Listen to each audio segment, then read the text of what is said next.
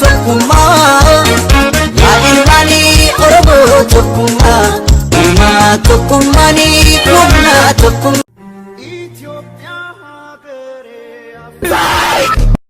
Ani Oromoo dajadi falmadhu mataa gadin qabeeni Abbaan feetes yoo galte gantu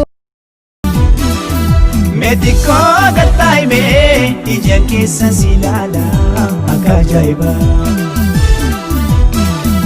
Mediko Oromoon ilma abbaa gadaa walengare Itoophiyaa gadaa Oromoon ilma abbaa gadaa walengare Itoophiyaa gadaa Oromoon ammeni girma Amma yoonaan anjiroota goota tamarraa Barbaachi keellee narrifachiisu karaan dheeratee jaalala keenyaan firri gammadee ormi seeratee This is America. What? This is Oromia, baby.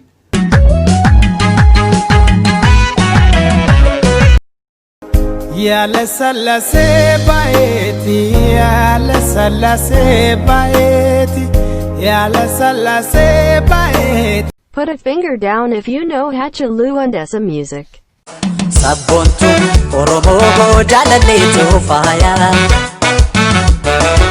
Hamaan sin argatiin hinaaf ta'ee nagaya Gullalleen kan tufaa laalgalooto gaara bichuu turii laalgalooto galaan finfinnee maasee Sossodaatee barana qalbii kooti gibee gaman jaaladhe sanyii mooti Bareeddu warra afran qal'oo wal jaalacha wal dhabnaaree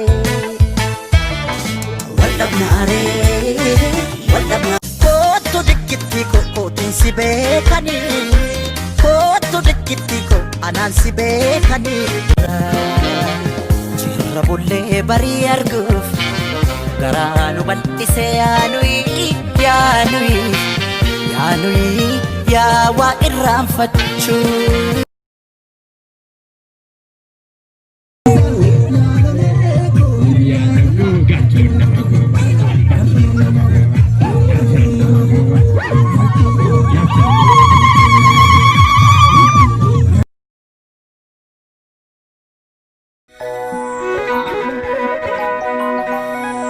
Inumaan tiksee malekuulato ashuffeen baatisa raajii bara kana yaadama boolda keessa teesse boolda qotti dhaala baashee ilmoo rirmaayi shirani Ani Oromoo dajadi falmadhu mataa gadin qabeeni Abbaan feetes yoo galte gantuu gurran kenniini Wareegama guddaa Part 2 of Put Your Fingers Down if you know these songs. Hacaaluu Hundeessaa Edition. Jiruun biyya ormaa maal jireenyaa jedhu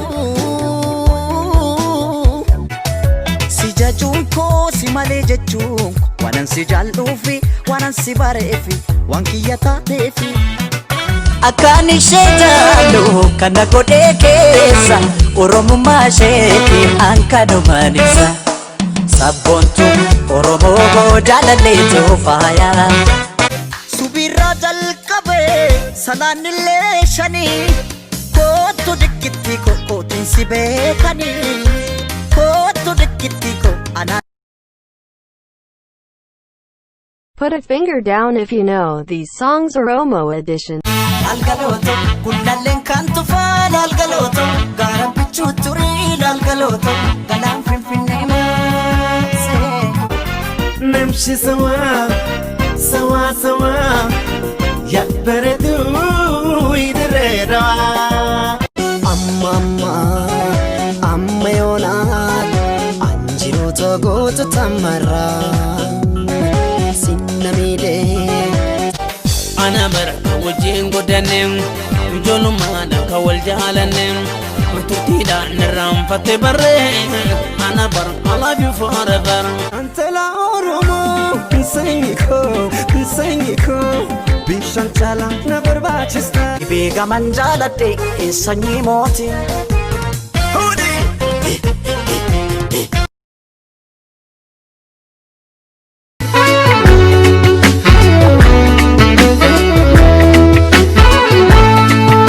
Adambaade nafni ajigako sirra seenyu na beeka gubako.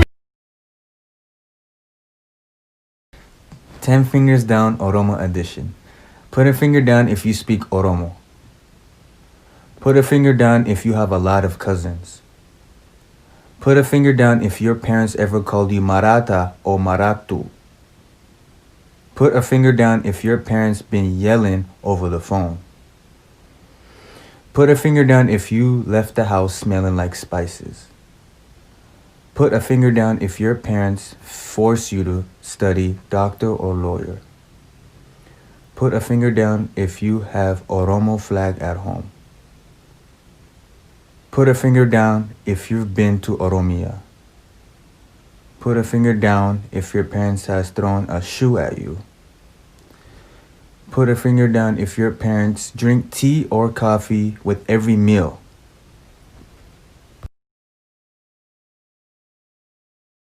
Haasawni kee ni mi'aawaa jechi kan kee kan halaawaa namshi sawaa yabbareetuu idireedhaa.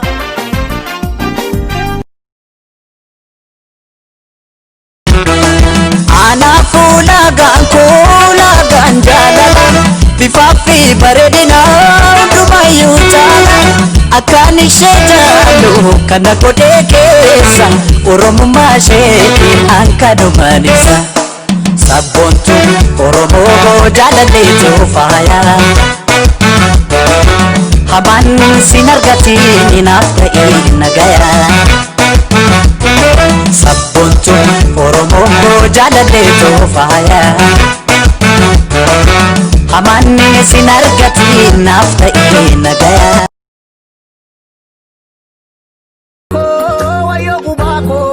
Wayo gubako dandai megarako waliif birmanne tokko haatan Jamaa muree mana jaarsisa kabiiti na dhungadhu ammaan taan dhungoo na barbaachisa dhungoo qofaadhaa miti amma dhuusiree keessa naalliti maaloo.